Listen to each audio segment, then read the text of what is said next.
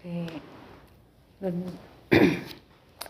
Hello guys, kape tayo. At saka biscuit.